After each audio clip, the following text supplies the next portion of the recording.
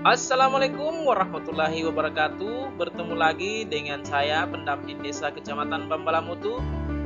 Bapak Ibu, sahabat edukasi desa yang tercinta, video sebelumnya membahas tentang tugas, fungsi, dan wewenang anggota BPD. Nah, untuk video kali ini kita akan membahas tentang hak dan kewajiban anggota BPD sesuai Permendagri 110 tahun 2016.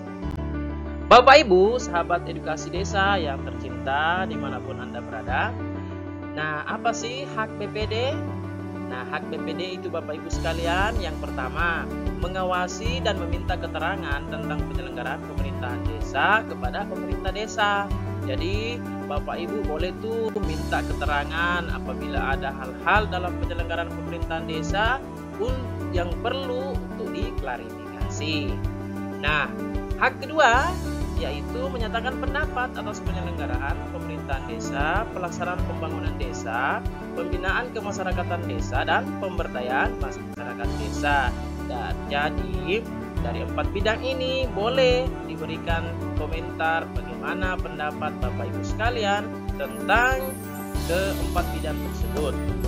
Nah, selanjutnya tugas ketiga, hak ketiga adalah mendapatkan biaya operasional pelaksanaan tugas dan fungsinya dari anggaran pendapatan dan belanja desa. Jadi saya pikir itu sudah jelas ya Bapak Ibu sekalian untuk bagaimana dia mendapatkan biaya operasional sesuai dengan peraturan perundang-undangan yang berlaku. Bapak Ibu sekalian, hak BPD dalam bentuk pengawasan. Nah, yang pertama, BPD melakukan pengawasan melalui monitoring dan evaluasi pelaksanaan tugas kepala desa. Nah, untuk mewujudkan pada poin 1 ini, maka monitoring dan evaluasi yang dimaksud poin 1 yaitu terhadap perencanaan, pelaksanaan, dan pelaporan penyelenggaraan pemerintahan desa. Jadi, BPD itu memiliki hak pengawasan, mengawasi mulai dari perencanaan hingga pelaksanaan pelaporan penyelenggaraan pemerintahan desa yang dilakukan oleh kepala desa. Selanjutnya, hak BPD dalam bentuk pernyataan pendapat. Pertama, BPD menggunakan hak menyatakan pendapat berdasarkan keputusan BPD. 2. Pernyataan pendapat sebagaimana dimaksud pada ayat 1 di atas merupakan kesimpulan dari pelaksanaan penilaian secara cermat dan objektif atas penyelenggaraan pemerintahan desa. Jadi Bapak Ibu menyatakan pendapat bukan karena hasil dari subjektivitas atau perasaan diri masing-masing anggota BPD. Selanjutnya, ketiga, penilaian sebagaimana dimaksud ayat 2 ini dilakukan melalui pembahasan dan pendalaman suatu objek penyelenggaraan pemerintahan desa yang dilakukan dalam musyawarah BPD. Jadi harus lewat musyawarah ya Bapak Ibu. Kemudian yang keempat, keputusan BPD sebagaimana dimaksud pada ayat 1 yaitu berdasarkan hasil musyawarah BPD.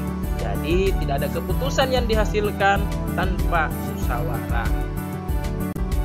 Bapak Ibu, sahabat edukasi desa yang tercinta, nah, hak BPD dalam bentuk biaya operasional ini biasa agak sensitif. Yang pertama, BPD mendapatkan biaya operasional yang bersumber dari APB desa. Kedua, biaya operasional sebagaimana dimaksud ayat 1 digunakan untuk dukungan pelaksanaan fungsi dan tugas BPD. Nah, ketiga, alokasi biaya operasional sebagai dimaksud pada ayat 2 dengan memperhatikan komponen kebutuhan operasional dan kemampuan keuangan desa. Jadi, ini sesuai dengan peraturan perundangan yang berlaku dan juga sesuai dengan kebutuhan apa yang dibutuhkan oleh dalam upaya untuk mendukung fungsi dan tugas BPD. Bapak Ibu yang tercinta, hak anggota BPD. Yang pertama, anggota BPD berhak mengajukan usul rancangan peraturan desa, mengajukan pertanyaan, menyampaikan usul dan atau pendapat, memilih dan dipilih, dan mendapatkan tunjangan dari anggaran pendapatan dan belanja desa. Selanjutnya, hak anggota BPD sebagaimana dimaksud pada ayat 1 huruf A sampai dengan huruf D digunakan dalam musyawarah DPD. Jadi Bapak Ibu sekalian mengajukan usul rancangan, mengajukan pertanyaan, menyampaikan usul atau pendapat, memilih dan dipilih, itu digunakan dalam musyawarah BPD. Bapak Ibu, selain hak sebagaimana dimaksud pada ayat 1, BPD juga berhak. Pertama, memperoleh pengembangan kapasitas melalui pendidikan dan pelatihan, sosialisasi, pembimbingan teknis, dan kunjungan lapangan yang dilakukan di dalam negeri. Selanjutnya, penghargaan dari pemerintah daerah provinsi, dan pemerintah daerah kabupaten kota bagi pimpinan dan anggota BPD yang berprestasi. Jadi silakan Bapak Ibu meningkatkan kinerja dan sportivitasnya dalam mengemban amanah sebagai BPD. Bapak Ibu, perlu diketahui bahwa selain hak, anggota BPD juga memiliki kewajiban loh. Yang pertama, memegang teguh dan mengamalkan Pancasila, melaksanakan Undang-Undang Dasar Negara Republik Indonesia tahun 1945, serta mempertahankan dan memelihara keutuhan NKRI dan Bhinneka Tunggal Ika. Kedua, melaksanakan kehidupan demokrasi yang berkeadilan gender dalam penyelenggaraan pemerintahan desa. Dan ketiga, mendahulukan kepentingan umum di atas kepentingan pribadi, kelompok, dan atau golongan.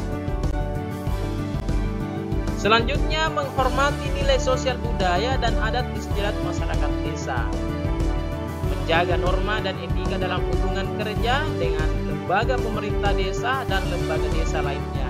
Dan mengawasi aspirasi masyarakat, menjaga kewibawaan dan kestabilan penyelenggaraan pemerintahan desa, serta mempelopori penyelenggaraan pemerintahan desa berdasarkan tata kelola pemerintahan yang baik. Jadi perlu diingat Bapak Ibu sekalian, hak dan kewajiban menjadi satu kesatuan untuk meniti jalan bagaimana mewujudkan desa mandiri.